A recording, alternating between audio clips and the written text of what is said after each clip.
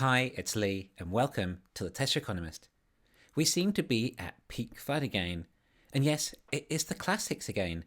Tesla has a demand problem, and the competition are catching up and going to overtake Tesla. And Tesla are losing market share. Some things never get old. This rhetoric is, however, showing up in the comments in my videos too, implying that some of my viewers are actually buying into this. So I thought we could address what is going on and try and nip it in the bud. There's one issue though that Tesla may not have counted on.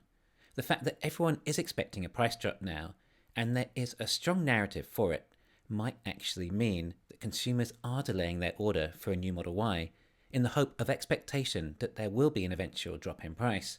It could very well end up being a self-fulfilling prophecy, almost as if consumers are striking against buying a Tesla until the prices drop. Tesla does have plenty of room to move on price. I don't believe they are feeling much of the pressure from inflation in increasing costs either. Elon said all their deals are locked in on long-term contracts, and they only risk a force majeure, which is when a contract can be cancelled due to unforeseen black swan events.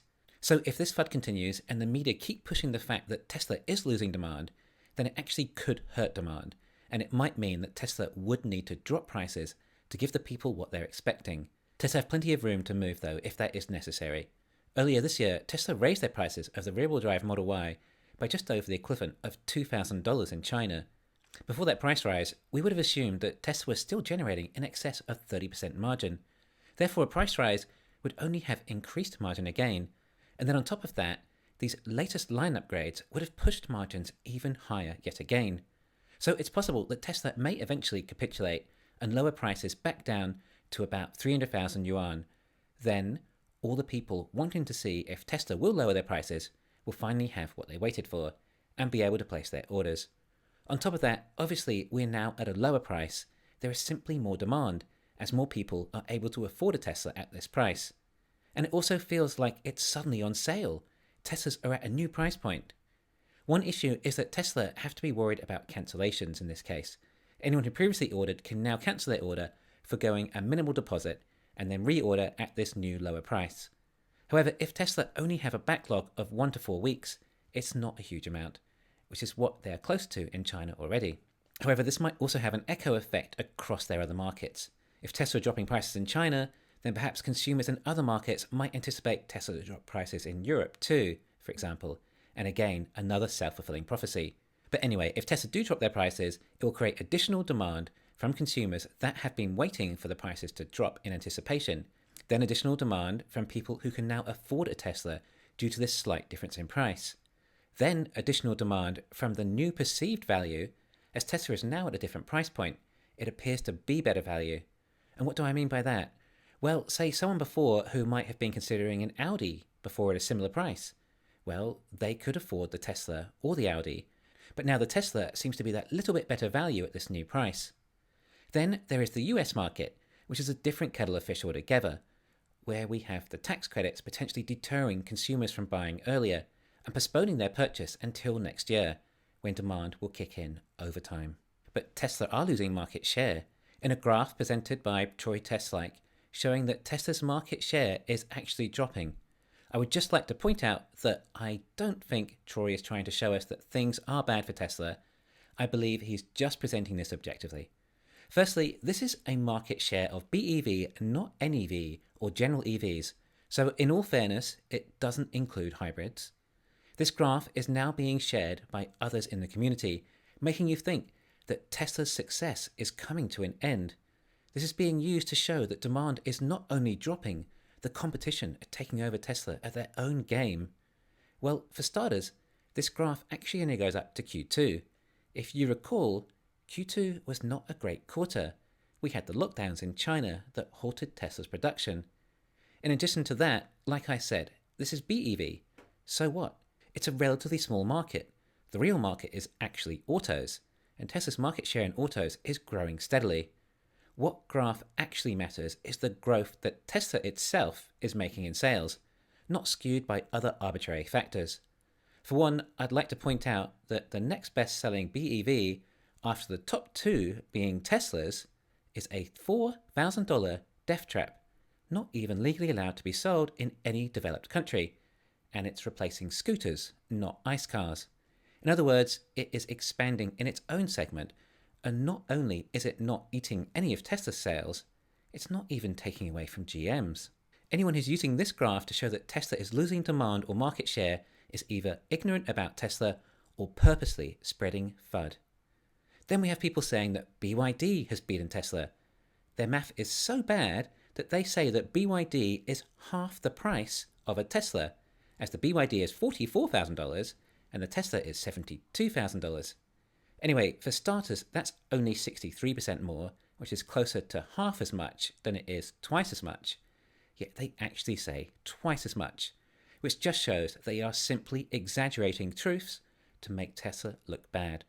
On top of that, they conveniently take the lower range version that has 75 kilometers less than the Model Y, but when you use the equivalent BYD with the same range, then the price is only half as much for the Tesla.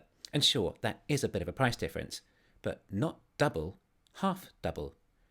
And anyway, it's not as a big a difference as the actual vehicles. My wife was charging her Tesla the other day and saw one. She didn't realize what it was and had a look. She said it was just absolutely hideous inside, which it is. It's a terrible car. Comparing a Ferrari with a Skoda just because they're propelled by the same method is totally arbitrary. They are in completely different market segments. Yet people continue to compare BYD with Tesla just because they're both BEVs. Electric vehicles will be the establishment, so it's moot who is competing for market share at this stage, as it's all taking share from the legacy ICE industry, which is being replaced. The BEV industry is not yet finite. It is not a zero-sum industry, as it still has so much growth remaining that is constrained by supply. If Tesla could make 5 times as many Model Ys from Shanghai, they could still sell all of them and still make more profit per BEV than BYD.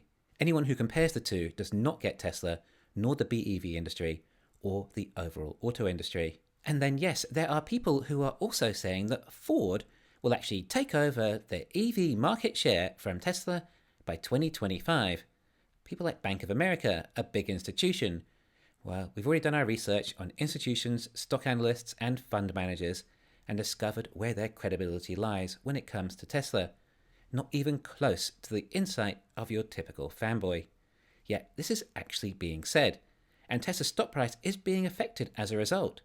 For the record, by 2025, Ford should have only about 60 gigawatt hours of in-house sales, if everything goes well for them.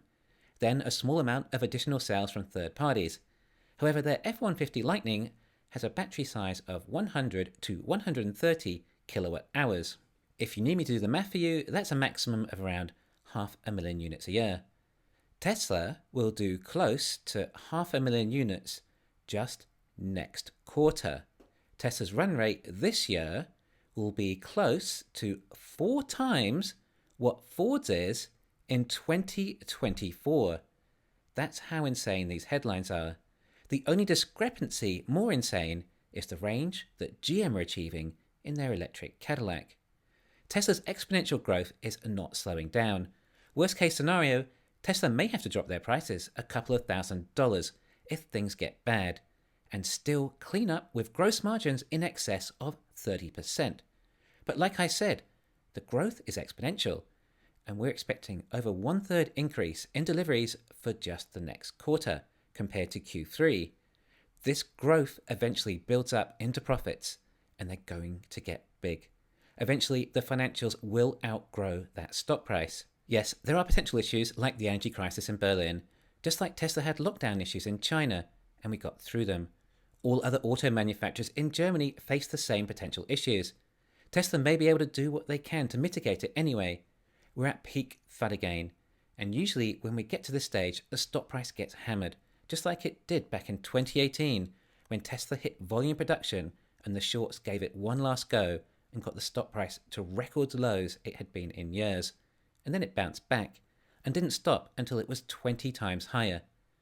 This is my analysis. It feels objective to me compared to the rest of what I've been hearing. It's starting to feel a bit like BYD versus Tesla out there now. I know which team I'd rather be on. For starters, the one that can actually make a profitable BEV. Thanks for listening. Please hit the thumbs up and subscribe, You can follow me on Twitter and talk to me on Patreon.